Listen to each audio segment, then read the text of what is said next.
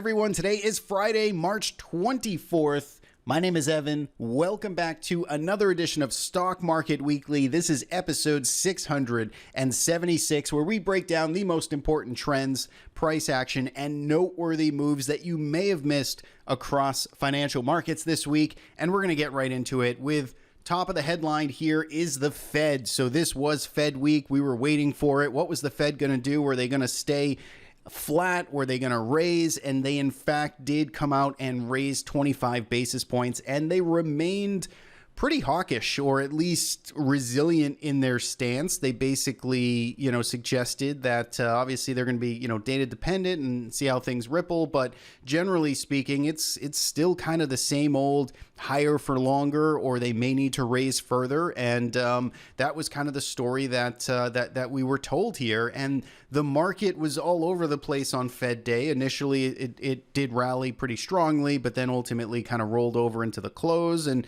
by the end of the week, though, things were still green for stocks. And this is kind of this, tension here that I tried to display with this kind of cheeky stocks remain bid, treasuries remain bid, volatility remains bid, and the dollar remains bid. I mean, if you zoom out and you just look at financial markets across different asset classes, this is kind of the story here. And the title of this episode is Something Has Got to Give Sooner Rather Than Later. It is unusual to see all of these things just lockstep here. And there's day-to-day volatility in all of these assets. But generally speaking, nothing is falling apart here. And at some point, it feels like one of these legs have to drop. And we're going to talk about that more so when we get into the charts in part two. Meanwhile, we have the Fed balance sheet, which continues to expand. So let's get into the numbers here. Right-hand column, everything green across the board, 1% to 2% higher.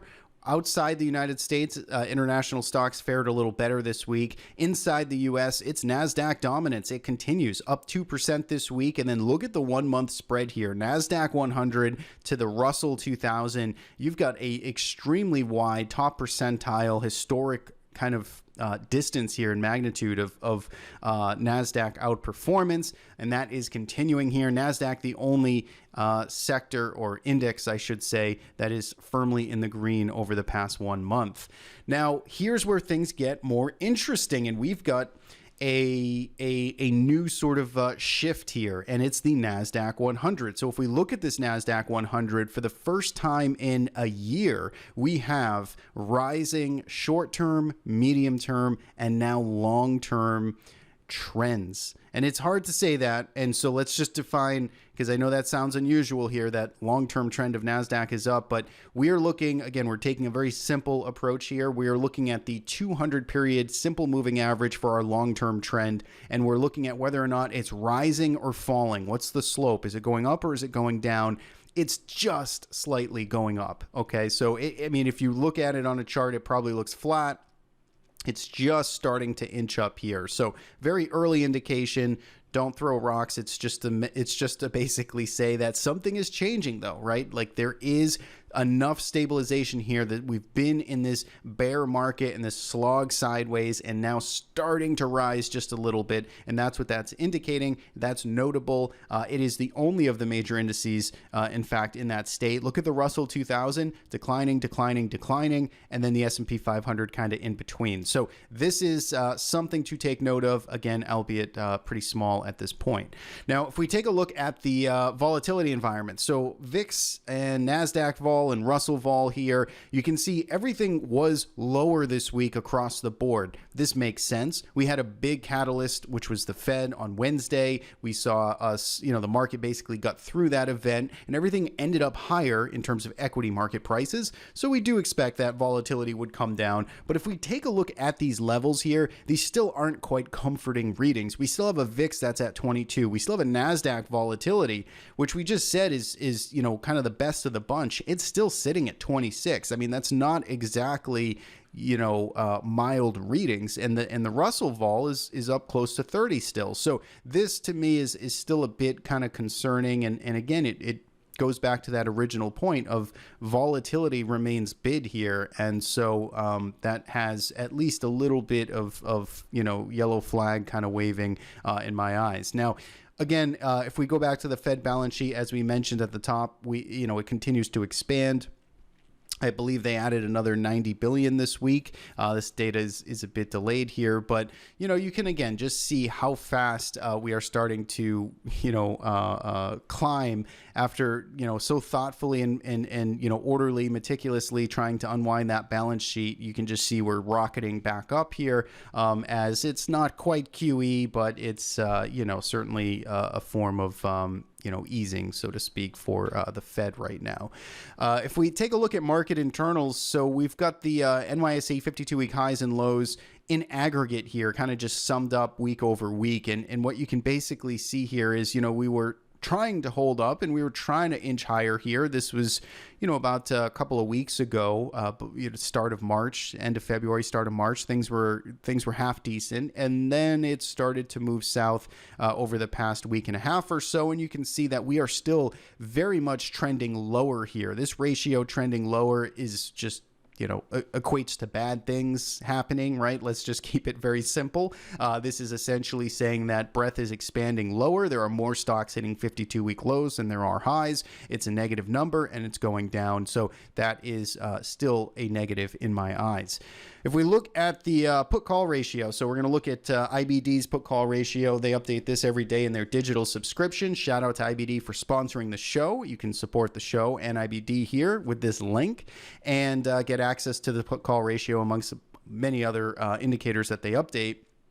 But a reading of 1.15 coming into today, that's actually pretty high. And you can see it's where this nice little neatly red line is printed here, which is kind of where, put call ratios tend to spike to, and you get some type of short-term bottom. And that very much explains why markets were very reluctant to sort of roll over going into the weekend here on Fridays, because it does feel like there was a good amount of protection and fear already kind of purchased out there. So we'll see what next week brings. This will very likely kind of roll over here. I'll see what the latest reading is going into Monday, but I suspect it's going to be certainly lower than 1.15. Now, if we take a look at sector performance this week, you can see most things were in the green. Communication services very much leading the pack, followed by technology. So we still, again, see that Nasdaq tech kind of dominance there. Materials were in the third spot at almost 2% to the upside. And if we go to the underperformers here, real estate was the biggest loser, down 2%. Utilities down almost 2%. And then financials, which obviously are in the crosshairs right now, they were flat this week. So they managed to kind of hang in there and not bleed lower continually. But if you look at their 1 month performance, you can clearly see it has been a very rough spot to be relative to some of the other places in the market. Now, Treasury yields, they were lower this week. So that is, again, still a good thing that I think, gives a little bit of coverage on a number of different fronts. Certainly the banks right now and the tough collateral and marks that they're taking in some of their holdings. But this also helps, of course, some of those discount rates on technology. And I think that's what certainly the market has been looking at and pricing in, and why tech has been doing so well is with these interest rates coming back down, some of those growth companies start to make a little bit more sense, and PE ratios kind of come back a little more in line. So we continue to see some supportive environments here in terms of treasury markets.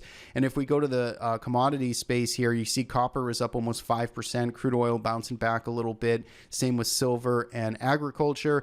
Gold was pretty much flat this week. The dollar index was down, but certainly off of its lows. Bitcoin pretty flat this week. Natural gas giving back some as well, is down 6%. So kind of mixed picture here, generally speaking. Now, if we wrap it up here before we get into some charts, our positioning, our two quant trading systems, these are systems that are available on our website, but our Merlin trading system, our longer term system, 80% invested. Now, it's a bit misleading here because it actually took a big position in just the dollar index outright. So it allocated into that sort of a safety, what we call a safety position for it. So when it's got, some excess cash, depending on the read it has on the environment, it'll rotate into some safety, positions, let's call it. So much of this exposure is just straight up dollars, basically. So it's a bit misleading here, and it's not all equities. It's not a big increase, in market exposure. Our short-term system totally just sitting on its hands right now, 0%. It's kind of rare that you see that at zero, but it has no positions on right now. It is not taking any sort of strong signals out of this market right here. It's sitting on its hands and waiting for a little more clarity, perhaps, before it starts taking some longs or shorts. So all in all, we've got more information on our website, performance reports going back decades, and commentary and all that good stuff. So if this is interesting to you, if you're looking for a new trading system to navigate these markets, check out what we got there on thetraderist.com/trial to take a 14-day $1 trial. So that is it for me on part one. Be back here in just a second with some charts.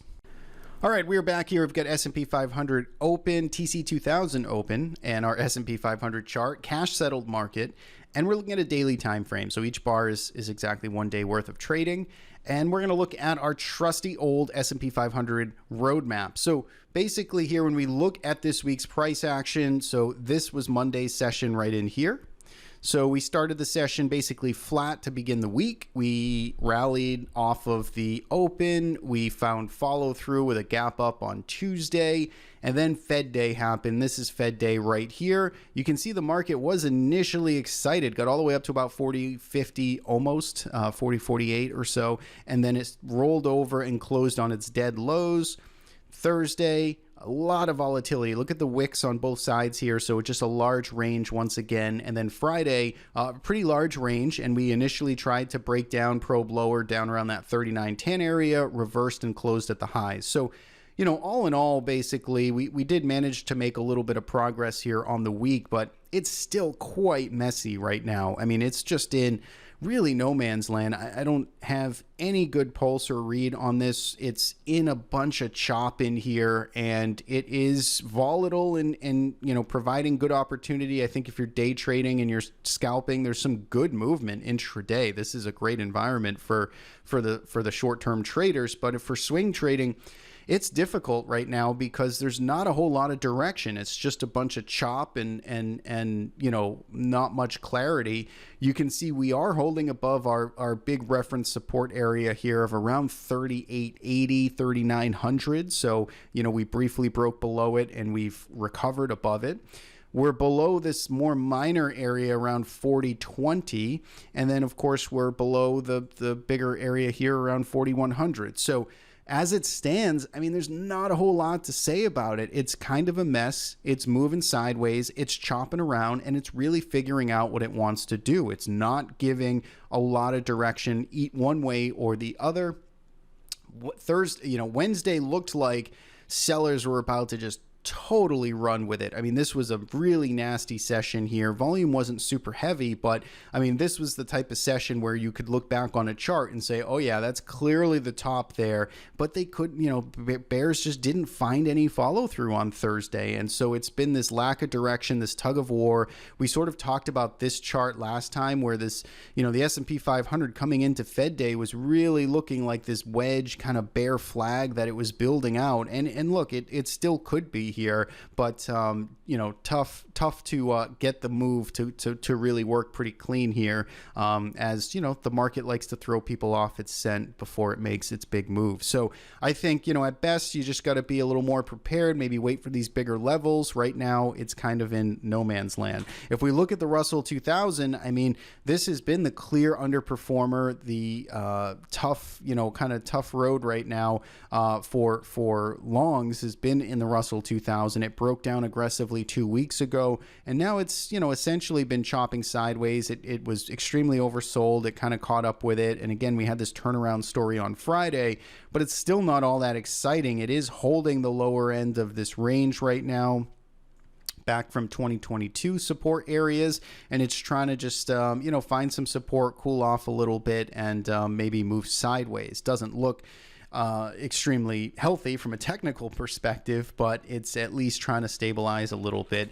And then you have the Qs, which looks the best out of all of them. Again, I think my comments last week were basically saying that I didn't really trust the market, but I also said I wouldn't want to be short the Nasdaq over 312, 313, and it's just dancing here at this area. I mean, look at the inside. So we had an inside session on Thursday. We basically had another inside session on Friday. This is getting set to move here. I mean, you've got vol compression here. You've got indecision. You're at a very key area. The Nasdaq 100 is prime next week to make a move, and we still just TBD need to see which way that falls. Right now, the bulls, they've got that momentum in their back. As much as I dislike market internals, the volatility environment is, the dollar rally, I don't like any of the backdrop, but when you look at this chart in isolation, it's hard not to like it. So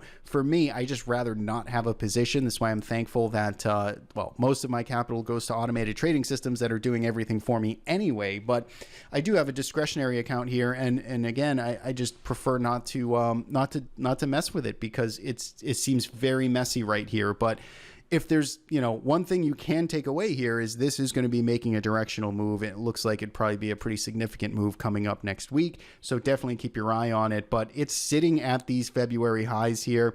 It is holding up extremely well, and this is a pretty important level. So if this starts to squeeze over 314, again, I would not want to be shorted. Just very, very simple in terms of that thought process. And if it starts to break down, then then you have something to trade against. You've got these highs up here, which are a significant level for the Qs. If this starts to break down next week, then all bets are on in terms of trying to press this to the downside and fall back into this old range and maybe play some catch up with the Russell and the S&P 500. So we'll see which way it leans. Right now, Nasdaq absolutely the strongest out there.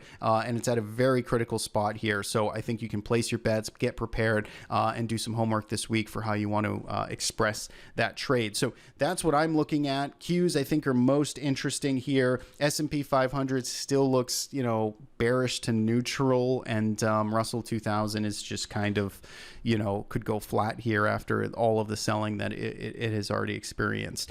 So that's kind of the read there. If we go to the volatility environment here, we're still, again, seeing a VIX that's in the 20s. It's not quite breaking down yet. And it's certainly off of its highs. It certainly has cooled off a bit, but we just got through the Fed. And so now we need to see, how this reacts next week.